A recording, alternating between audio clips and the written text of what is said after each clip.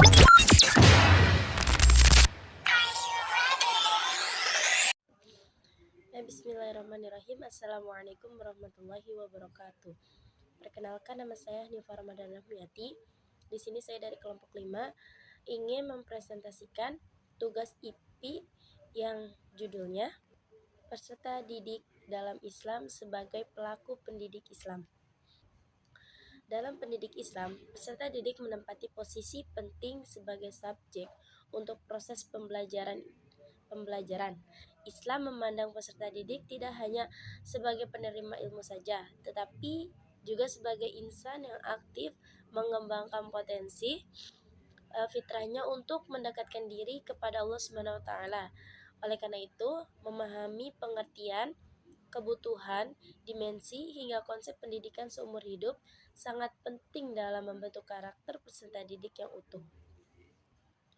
Nah, dalam pendidik Islam, peserta didik adalah setiap individu yang aktif berusaha mengembangkan potensi dirinya secara fisik, psikologis, dan religius untuk mencapai tujuan hidupnya sebagai hamba dan khalifah Allah, baik dalam kehidupan dunia maupun kehidupan akhirat.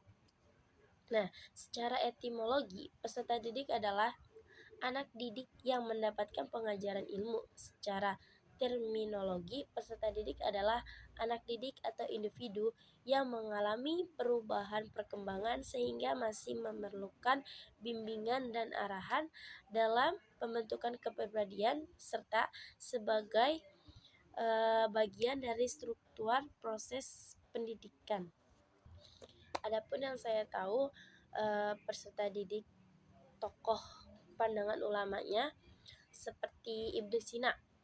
Ibnu Sina itu menekankan bahwa peserta didik harus dibimbing sesuai tingkat kematangan akalnya agar mencapai kesempurnaan berpikir dan akhlak.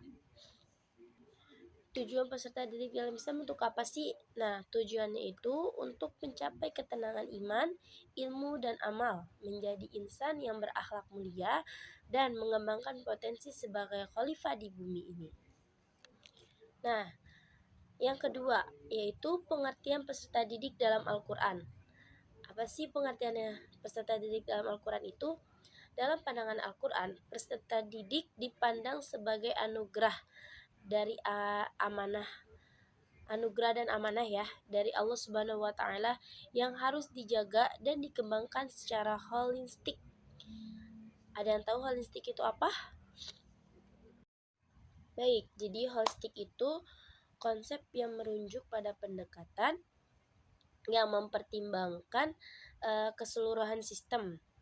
Oke, lanjut. Pendidikan dalam Islam diakui sebagai proses transformasi dan pembentukan manusia yang dilandasi oleh nilai-nilai moral, etika, dan spiritualitas. Nah, apa aja sih kebutuhan dimensi peserta didik? Nah, kebutuhan peserta didik itu pendidik Islam memandang peserta didik sebagai individu utuh yang memiliki beberapa dimensi kebutuhan yang saling terkait pada dimensi fisik, dimensi sosial, dimensi emosional, dimensi intelektual, dimensi spiritual, dimensi fisik atau biologis, dimensi moral dan spiritual, dimensi estetika. Apa ada yang tahu apa yang dimaksud dari dimensi tersebut? Nah, yang dimaksud dari dimensi tersebut ialah dimensi fisik yang meliputi kebutuhan dasar seperti makan, minum, dan kebersihan diri, serta kemampuan untuk bergerak dan melakukan aktivitas fisik. Ada juga dimensi sosial. Dimensi sosial itu peserta didik membutuhkan interaksi sosial, rasa diterima, dan hubungan baik dengan lingkungan sekitar, termasuk guru dan teman. Ada juga tadi dimensi emosional. Emosional itu kebutuhan akan kasih sayang, pengakuan harga diri, dan kemampuan mengendalikan emosi serta mengatasi kecemasan dan rasa amarah. Nah, ada juga nih di sini dimensi intelektual, yaitu kebutuhan untuk belajar memahami dan mengembangkan potensi akhlak serta memperoleh ilmu pengetahuan baik ilmu agama maupun ilmu umum. Ada juga dimensi spiritual, yaitu kebutuhan untuk mensucikan jiwa, mendekatkan diri kepada Allah Subhanahu wa taala, dan memahami nilai-nilai spiritualitas yang menjadi dasar perilaku mereka. Dan ada juga dimensi-dimensi peserta didik lainnya, yaitu fisik, akal, rohani, akhlak, sosial, seni, dan budaya. Oke, kita lanjut ke inteligensi, kepribadian, dan etika peserta didik. Dalam Islam, inteligensi peserta didik bukan hanya kemampuan kognitif atau akal, tetapi juga mencakup aspek spiritual dan akhlak mulia kepada yang terindikasi dengan iman, amal soleh, dan ketakwaan kepada Allah Subhanahu wa taala. Hal ini dapat dilihat dari konsep ulul albab yang merujuk pada orang-orang yang memiliki akal budi yang mendalam serta memahami dan mengamalkan nilai-nilai Islam secara komprehensif. Pendidik Islam mengupayakan pengembangan potensi peserta didik secara holistik, meliputi kecerdasan intelektual, emosional, dan spiritual.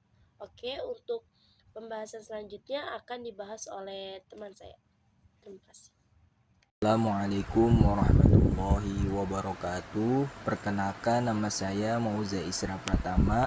Saya ingin mempresentasikan tugas ilmu pendidikan Islam yang bertema peserta didik dalam Islam sebagai pelaku pendidikan Islam. Konsep inteligensi dalam perspektif Islam. Yang pertama, akal sebagai alat pemahaman inteligensi dalam Islam berakar dari kata akil yang berarti akal pikiran, kemampuan menalar, memecahkan masalah, berpikir abstrak, memahami gagasan, dan menggunakan bahasa. Yang kedua, keseimbangan dengan iman dan akhlak. Inteligensi tidak hanya fokus pada aspek profesional atau keahlian semata, melainkan harus dilengkapi dengan iman, amal soleh, dan ketakwaan kepada Allah Subhanahu wa taala.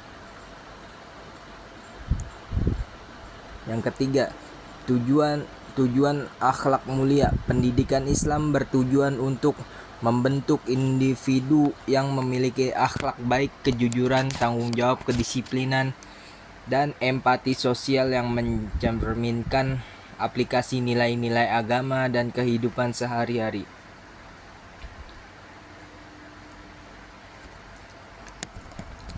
Konsep pendidikan seumur hidup dan cara mengimplikasikannya.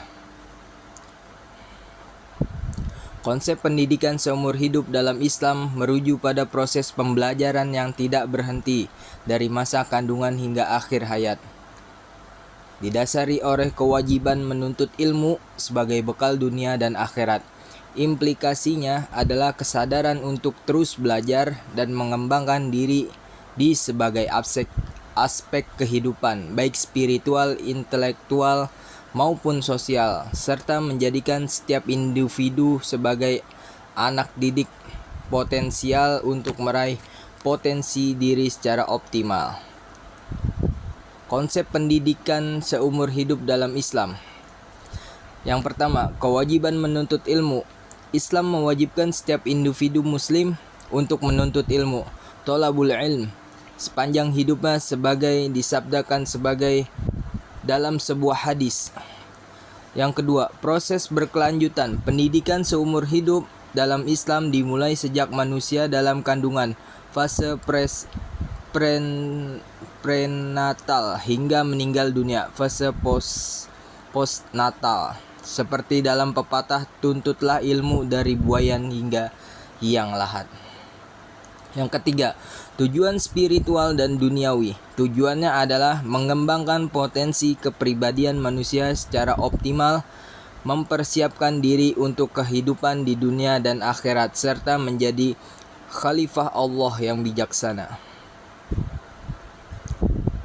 Jadi kesimpulannya, peserta didik dalam pendidikan Islam bukan sekedar menerima ilmu, melainkan insan aktif yang mengembangkan potensi fitrahnya. Mereka memiliki kebutuhan jasmani, rohani, intelektual, dan sosial yang harus terpenuhi. Inteligensi, kepribadian, dan etika peserta didik saling melengkapi dalam membentuk pribadi muslim yang utuh. Konsep pendidikan seumur hidup menegaskan bahwa pelajar adalah kewajiban sepanjang hayat dengan implikasi yang luas bagi individu, keluarga, dan masyarakat dan bangsa. Peserta didik ideal dalam pendidikan Islam adalah mereka yang memiliki niat ikhlas karena Allah, beradab terhadap guru, bersungguh-sungguh dalam belajar, serta menjadikan ilmu sebagai sarana untuk mendekatkan diri kepada Allah Subhanahu wa Ta'ala dan memberi manfaat bagi masyarakat. Pendidikan Islam tidak hanya menekatkan aspek intelektual tetapi juga moral dan spiritual agar terbentuk insan kamil, manusia sempurna yang beriman, berilmu, dan berakhlak mulia. Dengan demikian, peserta didik dalam Islam berperan aktif dalam menghidupkan nilai-nilai pendidikan, menjadi penerus perjuangan umat dan serta membangun peradaban yang berlandaskan pada ajaran Islam. Cukup sekian dari saya, mohon kurang maaf. Wabillahi taufik walhidayah. Wassalamualaikum warahmatullahi wabarakatuh.